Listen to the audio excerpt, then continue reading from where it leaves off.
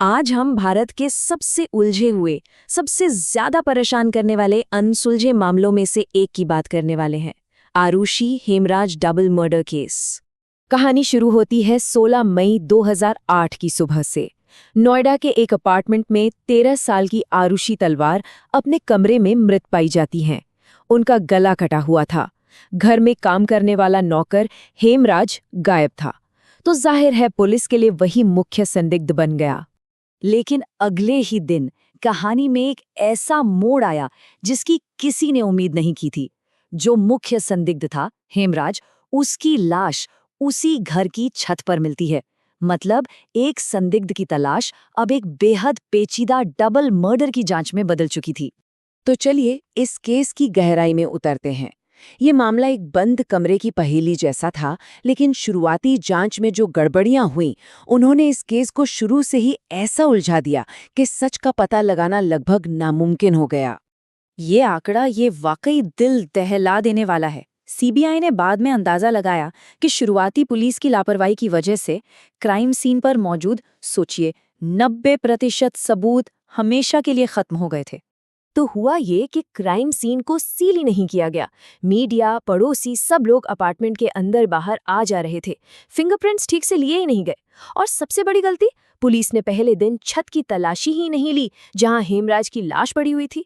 इन गलतियों का सीधा मतलब था कि अब जांचकर्ताओं के पास सर्कमस्टांशियल एविडेंस यानी परिस्थिति जन्य सबूतों के सिवा कुछ भी ठोस नहीं बचा था। और जब कोई ठोस सबूत नहीं बचता तो शक की सुई घूमती है। इस केस में वो सीधे आरुषि के माता-पिता डॉक्टर राजेश और डॉक्टर नूपुर तलवार पर जाकर टिक गई। पुलिस को कई बातें बहुत अजीब लग रही थी, जैसे घर में जबरदस्ती घुसने का कोई निशान नहीं था। माता-पिता का कहना था कि उन्होंने कुछ भी नहीं सुना, जबकि उनके कमरे इतने पास थे।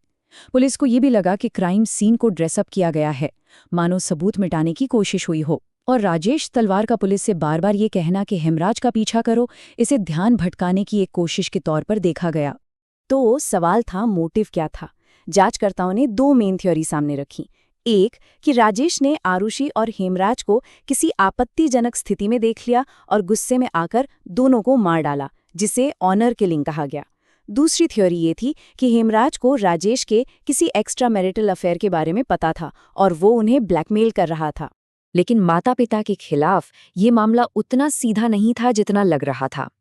जब हम फोरेंसिक सबूतों को करीब से देखते हैं तो कई ऐसी बातें सामने आती हैं जो इस पूरी थ्योरी पर गंभीर सवाल खड़े करती हैं। देखिए, पुलिस की थ्योरी का एक मेन पिलर ये था कि माता-पिता ने हत्या होते हुए जरूर सुनी होगी। लेकिन सीबीआई ने बाद में जब साउंड टेस्ट किया तो पता चला कि दोनों कमरों में चल रहे एयर कंडीशनर का शोर इतना ज्यादा था कि कुछ भी सुन पाना लगभग नामुमकिन था। तो ये दलील तो यहीं कमजोर पड़ गई। और सिर्फ यही नहीं, छत पर खून से सना एक जूते का निशान मिला था। उस जूते का साइज 8 या 9 था, जबकि राजेश तलवार के जूते का साइज 6 है। ये एक सीधा फिजिकल सबूत था जो मेन सस्पेक्ट से मैच ही नहीं कर रहा था। और फिर सीबीआई के अपने ही फोरेंसिक साइंटिस्ट बी.के. महापात्रा ने गवाही दी कि आरुषि के कमरे में हेमराज के खून का एक भी सबूत नहीं मिला। इस एक बयान ने ऑनर किलिंग की पूरी थ्योरी की नींव हिला दी, क्योंकि वो थ्योरी इसी बात पर टिकी थी कि दोनों को एक साथ एक ही कमरे में पाया गया था। तो सवाल अब ये उठता है, अगर हेमराज आरुषि के कमरे में था ही नहीं, तो फिर अचानक गुस्से में आकर किए गए कत्ल का मोटिव क्या था? अभियोजन पक्ष की कहानी में ये एक बहुत बड़ा लॉजिकल गैप था। अब जांच एक बिल्कुल नई दिशा में मुड़ती है।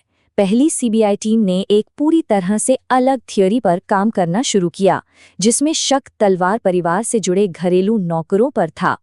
इस बार शक तलवार के असिस्टेंट कृष्णा और दो दूसरे घरेलू नौकरों राजकुमार और विजय मंडल पर गया।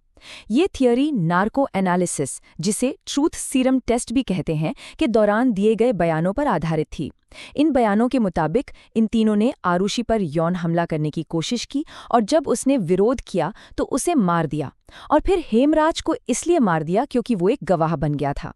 लेकिन ये दूसरी थ्योरी भी जांच की कसौटी पर खरी नहीं उतर सकी। इसकी नींव ही बेहद कमजोर और विवादों से भरी थी। देखिए, नार्को एनालिसिस एक बहुत ही कंट्रोवर्शियल टेक्निक है। इसमें दवाएं देकर इंसान को एक आधी बेहोशी के हालत में लाया जाता है। भारतीय अदालतें इस तरह से लिए गए बयानों को सीधे सबूत नहीं मानती, क्योंकि वो भरोसे के लायक नहीं होते और जबरदस्ती लिए गए माने जाते हैं। तो फिर नौकरों के खिलाफ ये केस क्यों बिखर गया? क्योंकि नार्को टेस्ट में दिए गए बयान आपस में ही मेल नहीं खा रहे थे। और सबसे बड़ी बात, उन तीनों को क्राइम सीन से जोड़ने वाला एक भी फोरेंसिक सबूत नहीं मिला। न डीएनए, न फिंगरप्रिंट, कुछ भी नहीं।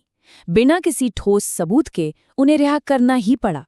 आखिर में ये केस किसी एक कातिल के बारे में नहीं रह जाता। इसका असली विलन तो खुद वो नाकाम जांच प्रक्रिया बन जाती है, एक ऐसी प्रक्रिया जिसने सच को सामने आने का कोई मौका ही नहीं दिया। सोचिए, 2 हत्याएं, एक ही जांच एजेंसी की 2 बिल्कुल अलग-अलग थियरीज, और नतीजा 0 कन्विक्शन। ये न्याय व्यवस्था की एक ऐसी नाकामी है जिसे भुलाया नहीं जा सकता। और अब हमारे सामने कुछ परेशान करने वाले सवाल बचे हैं। अगर मान लें कि माता-पिता सबूत मिटा रहे थे, तो उन्होंने विस्की की एक खून से सनी बोतल, जिस पर किसी और के फिंगरप्रिंट्स थे, को सबके सामने क्यों छोड़ दिया? एक और सवाल ये उठता है कि अगर तलवार दंपत्ति ही दोषी थे, तो वो बार-बार उस एडवांस्ड टच डीएनए टेस्ट की मांग क्यों कर रहे थे, जिससे किसी अनजान कातिल की पहचान हो सकती थी? और एक और रहस्य, हत्या की रात आरुषि के नए डिजिटल कैमरे से 18 तस्वीरें डिलीट की गई थीं। ये किसने किया और क्यों? ये एक ऐसा डिजिटल सुराग है जिसका जवाब कभी नहीं मिला। और यही इस केस की सबसे बड़ी त्रासदी है। ये एक सवाल नहीं, बल्कि एक कड़वा सच है। जब सबूत मिटा दिए जाते हैं और जांच अपना रास्ता भटक जाती है, तो क्या न्याय की उम्मीद करना भी बेमानी नहीं हो जाता? सच शायद हमेशा के लिए कहीं खो जाता है।